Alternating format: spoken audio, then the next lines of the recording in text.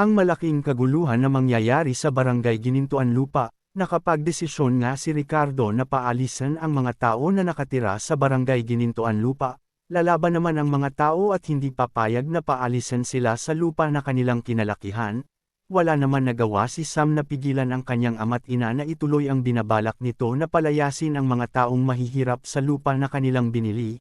Ate, sigurado ka ba na pumapayag ka sa gustong mangyari ni Dad na palayasin ang mga tao sa Ginintuan Lupa?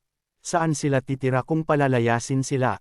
Sagot naman ni Maxine na tama lang ang gagawin ng dad nila na paalisan ang mga tao sa lupa na hindi naman sa kanila, dahil iligal ang ginawa nilang pagtayo ng mga bahay sa lupa na hindi nila pagmamay-ari.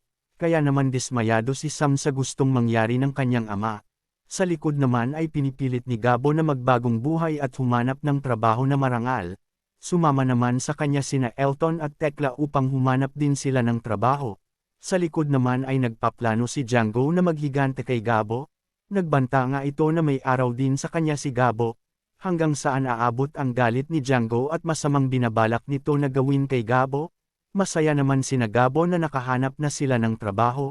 Hindi naman nila alam na magkakagulo sa kanilang lugar. Dahil dumating na nga si Ricardo at balak nga nito na paalisan ang mga taong nakatira sa lupa na kanyang binili. Galit naman na sumugod si Mang Rudy at nakita nito si Ricardo. Nagulat nga si Mang Rudy na si Ricardo pala ang taong nagpapaalis sa kanila sa lugar na kanilang tinuring na tahanan, kaya naman galit na sigaw ni Mang Rudy na Ricardo at agad nitong sinuntok. Matindi nga ang galit ni Mang Rudy kay Ricardo. Ano nga ba ang nakaraan ng dalawa? At galit na galit si Mang Rudy nang makita niya si Ricardo na ama ni Sam.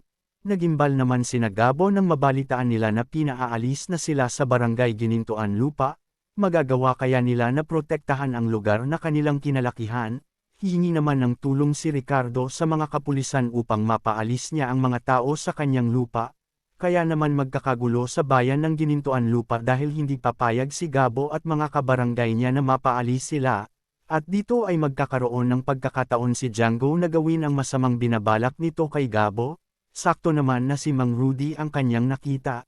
Kaya naman tinamaan ni Django si Mang Rudy na ikinabagsak nito. Nagimbal naman at natakot si Gabo nang makita niya ang kanyang ama na nasa panganib ang buhay. Galit na galit si Gabo sa ginawa ni Django sa ginawa nito sa kanyang ama. Kaya naman gagawin ni Gabo ang lahat upang makapaghigante kay Django. Makakaligtas kaya si Mang Rudy sa panganib na kagagawan ni Django? Hindi nga ito titigil hanggat hindi siya nakakapaghigante kay Gabo. Hindi naman natatakot si Gabo kahit pa maraming mga tauhan si Django at siya lang mag-isa ang sumugod.